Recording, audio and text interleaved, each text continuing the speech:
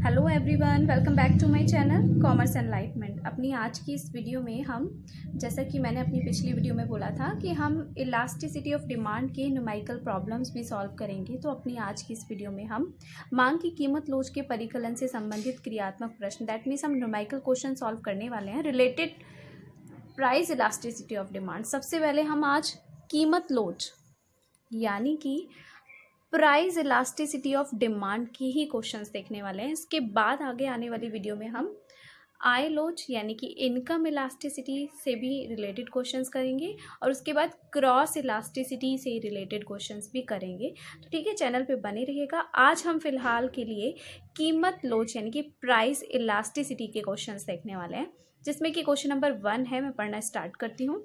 निम्नलिखित आंकड़ों से विभिन्न वर्षों के लिए मांग की कीमत लोच की गणना कीजिए। That means calculate price elasticity of demand for different years from the following data. अब इसमें आपको जो क्वेश्चन है कंप्लीट वो कुछ इस तरह से है। ईयर्स का कॉलम दिख रहा है आपको, जिसमें कि 2000 से लेके 2006 तक के आपको ईयर्स दिख रहे हैं। इसके बाद आगे इसने बोला है मात्रा में आनुपातिक परिवर्तन यानी कि proportionate change in quantity and मूल्य में आनुपातिक परिवर्तन यानी कि प्रोपोर्शनेट चेंज इन प्राइस। आपको ध्यान होगा जब हम अपनी पिछली वीडियो में हमने जो क्वेश्चंस इनके कीमत लोच के जो फॉर्मूले हमने डिस्कस किए थे, उसमें क्या था कि सबसे पहले ऊपर जो आप लेते हो इलास्टिसिटी ऑफ प्राइस के लिए चेंज इन क्वांटिटी ऊपर लेते हैं, proportionate change in quantity upon में प्रोपोर्शनेट चेंज इन प्राइस, यही लेते हैं ना।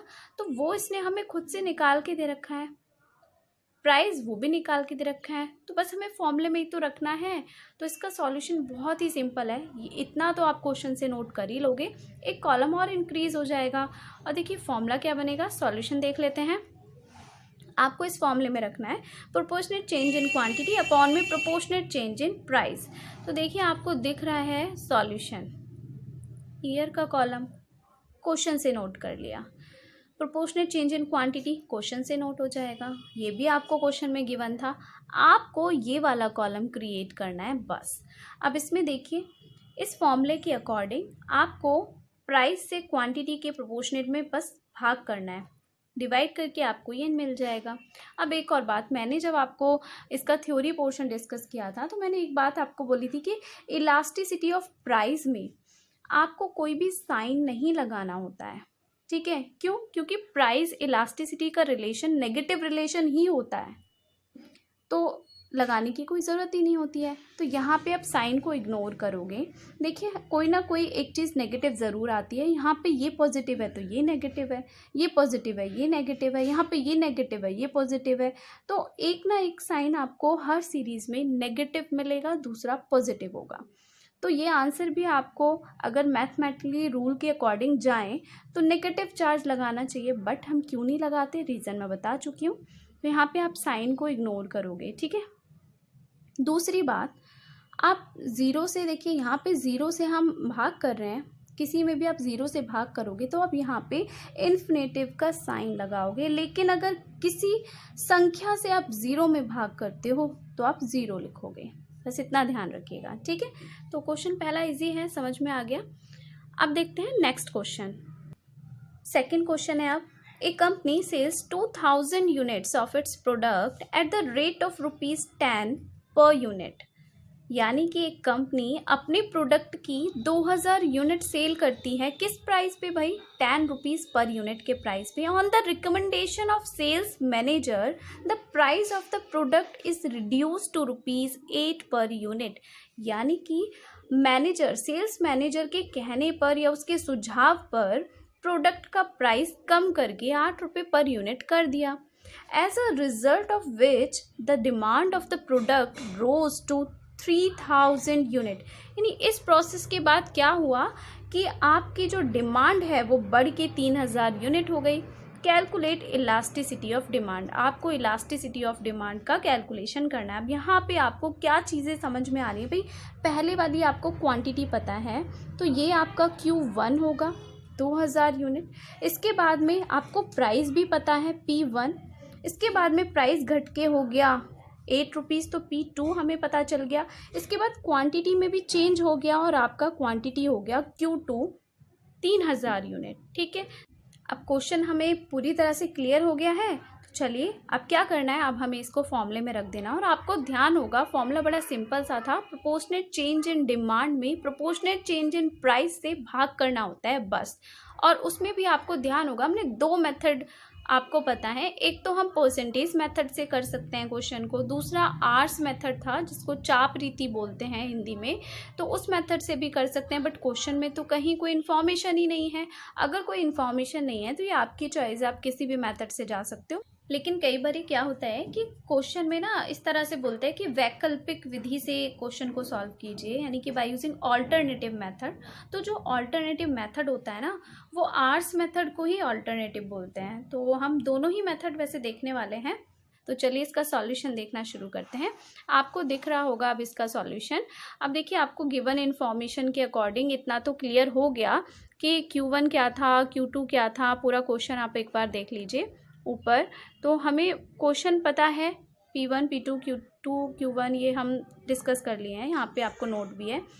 परसेंटेज मेथड में चेंज इन डिमांड अपॉन में पुराना वाला demand, change in price upon में पुराना वाला प्राइस, बस वैल्यू पुट कर दिया। नेगेटिव पॉजिटिव साइन आपको इग्नोर करना होता है। जब आप इसको कैलकुलेशन को सॉल्व करोगे आपका है 2.50 इलास्टिसिटी ऑफ प्राइस। इसके बाद में इसका दूसरा मेथड था आर्स मेथड। उससे फॉर्मूला आपका ये होता है, चेंज इन डिमांड में पुराना और नया डिमांड आप ऐड कर देते हो, एवरेज लेते हैं ना इसमें। इसके बाद प्राइस के चेंज में दोनों प्राइस नीचे, फॉर्मूले में बस आपको वैल्यू पुट करनी है। फॉर्मूले में पहले डिस्कस कर चुकी हूँ पिछली वीडियोस में, ठीक है। तो यहाँ से भी आपका इलास्टिसिटी ऑफ प्राइस जो है वो निकल कर के आया है 1.8।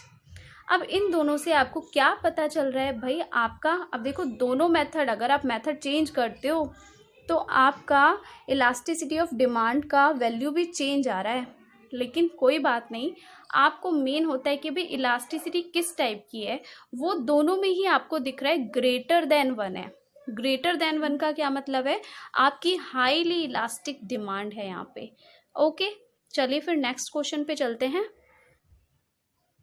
Question number 3। अब यहाँ भी पहले हम क्वेश्चन को समझ लेते हैं। Find elasticity of demand on the basis of following data when, यानी कि आपको elasticity of demand find out करना है, लेकिन दो बेसिस दे रखे हैं। ए पॉइंट है आपका प्राइस फॉल्स फ्रॉम ₹6 पर kg टू ₹4 पर kg, यानी कि पहले आपका प्राइस जब ₹6 था और उससे गिर के ₹4 हो गया तब। दूसरा प्राइस राइज, पहले यहाँ पे प्राइस कम हो रहा है बट सेकंड पॉइंट में कह रहा है प्राइस राइज हो रहा है, बढ़ रहा है, ₹4 से ₹6 हो गया।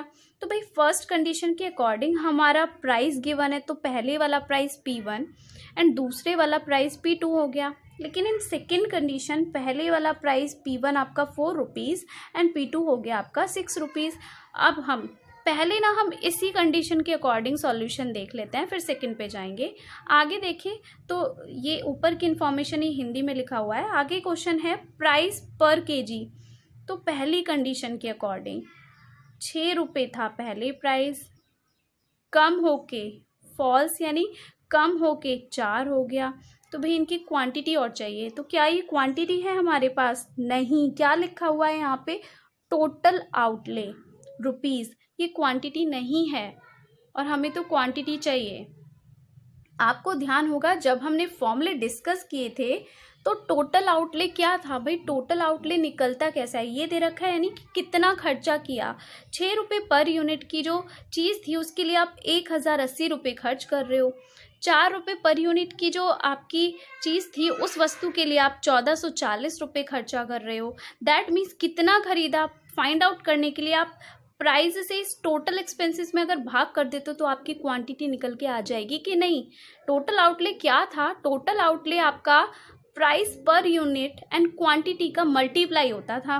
अब यहाँ पे टोटल आउटले गिवन है, आपको क्वांटिटी पे जाना है तो भाग कर देते हैं, है कि नहीं। तो सबसे पहले आपको क्वांटिटी निकालनी है और इसके लिए आप पहले एक छोटी सी टेबल बनाओगे, उसके बाद हम क्वेश्चन का सॉल्यूशन देखेंगे, ठीक है। आगे सॉल्व करेंगे विथ फॉर्मूले से।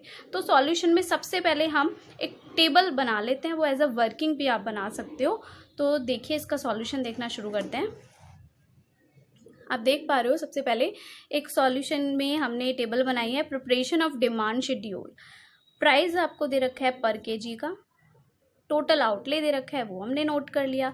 ये कॉलम आपने खुद से क्रिएट कर लिया डिमांड निकालने के लिए, क्वांटिटी निकालने के लिए। टोटल आउटले में भाग कर दीजिएगा प्राइस पर केजी से और इस तरह से आपकी डिमांड कितनी की गई है वो निकल के आ गई। ओके, चलिए अब क्वेश्चन के ए पॉइंट के अकॉर्डिंग आपका P1 इतना था, यानी कि यहाँ पर आपको दिख रहा है पहली कंडीशन के लिए ये P1 था और ये हो जाएगा आपका Q1।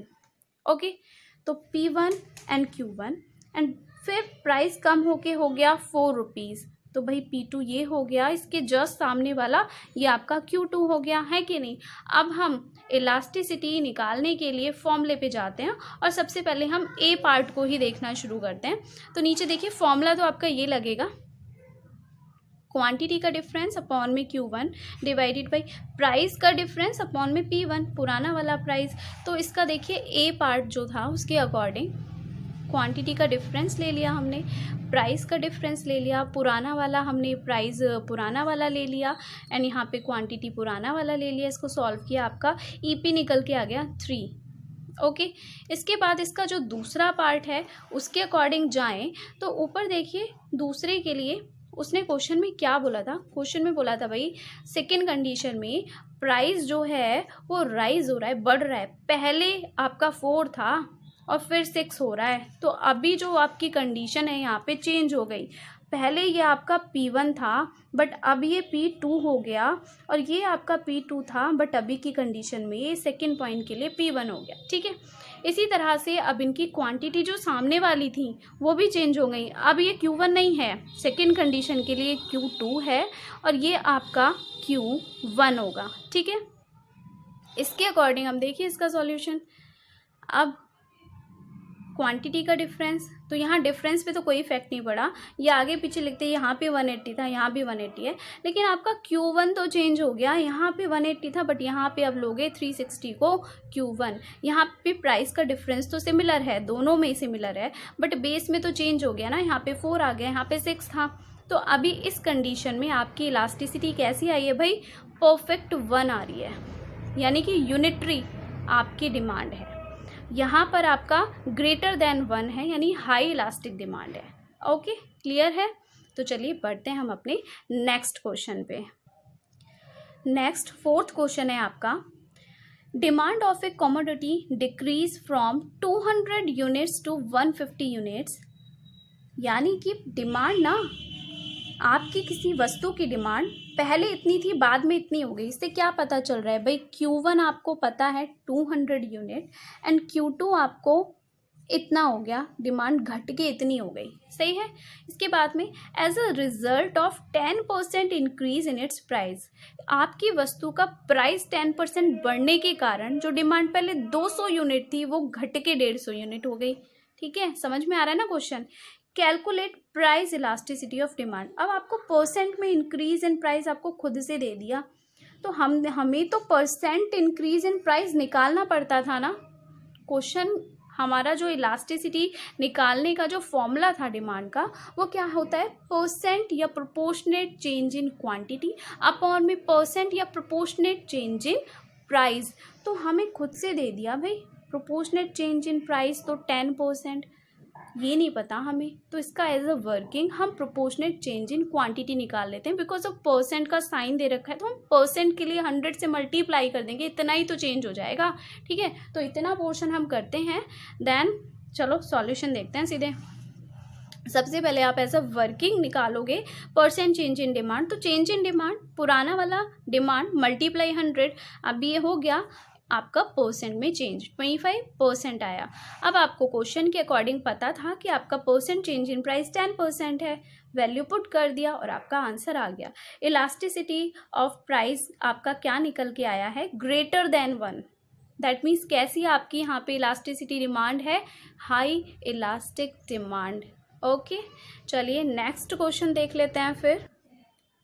चलिए नेक्स्ट 5th क्वेश्चन एंड आज की वीडियो का लास्ट क्वेश्चन है ये, इसको भी डिस्कस कर लेते हैं। रीड करती हूँ question. When the price of apple in a market was ₹40 पर kg, it's demand was 2000 kg।